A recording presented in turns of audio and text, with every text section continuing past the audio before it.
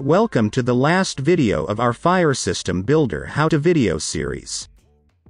In this video, we will guide you through the steps of creating project documentation and managing your fire projects. At the top of the HIT portal, you will find the My Projects menu item. By clicking on it, it shows you all the projects that have been set up for your different systems.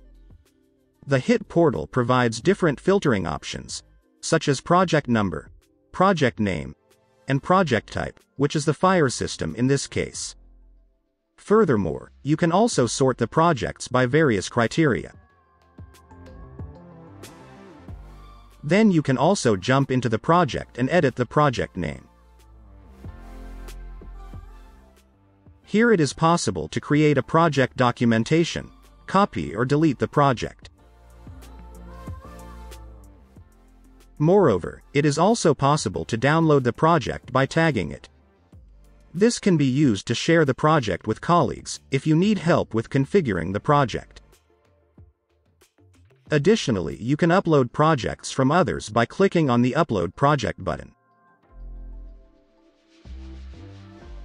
The project documentation that you created includes all the same content as on the project page. This includes the project documentation itself, which contains all information on devices and calculations. Additionally, you will find a product list and all documents related to these products that you selected in the Fire System Builder, from datasheets, declarations of conformity, to installation and mounting instructions.